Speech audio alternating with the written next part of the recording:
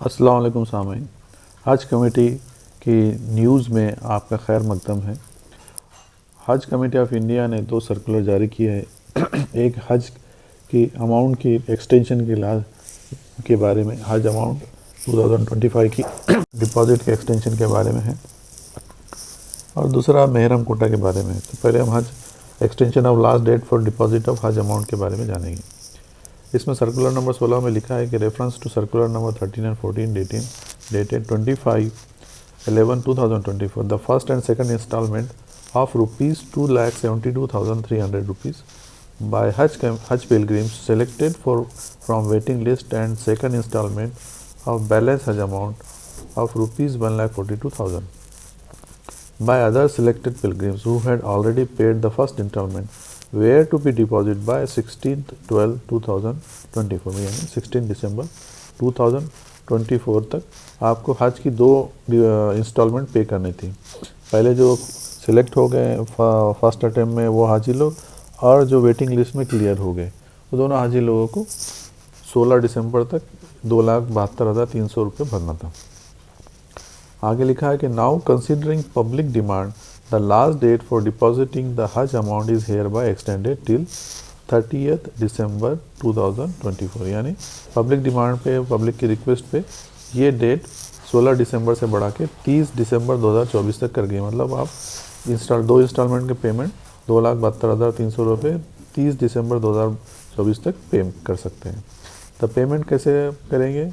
Payment can be made either through e payment facility available through Hajj committee of India website और Hajj Suvidha app using credit card, debit card, net banking और UPI.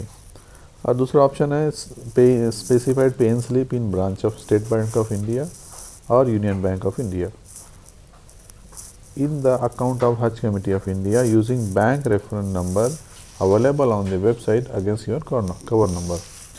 यानी bank में भी आप cash भर सकते हैं आपके कवर नंबर के मेंशन करके पे स्लिप के साथ में, या फिर ऑनलाइन भर सकते हैं हज कमेटी की वेबसाइट पर या हज सुविधा ऐप पर।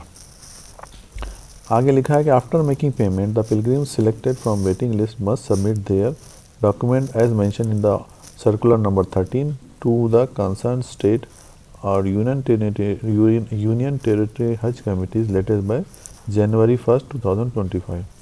आपको ये डिपॉजिट करने के बाद में सर्कुलर नंबर 13 के हिसाब से जो भी डॉक्यूमेंट लिखे हैं उस सर्कुलर में, वो डॉक्यूमेंट 1 जनवरी 2025 से पहले अपने स्टेट का हज कमेटी के ऑफिस और यूनियन टेरिटरी हज कमेटी के ऑफिस में जमा करना है।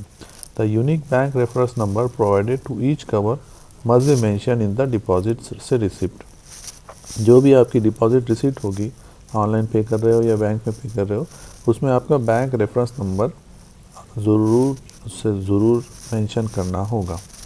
थर्ड इंस्टॉलमेंट ऑफ बैलेंस हज amount will be decided taking into consideration the finalisation of air fare amount and Saudi expenses in Saudi Arabia, and same will be intimated in due course.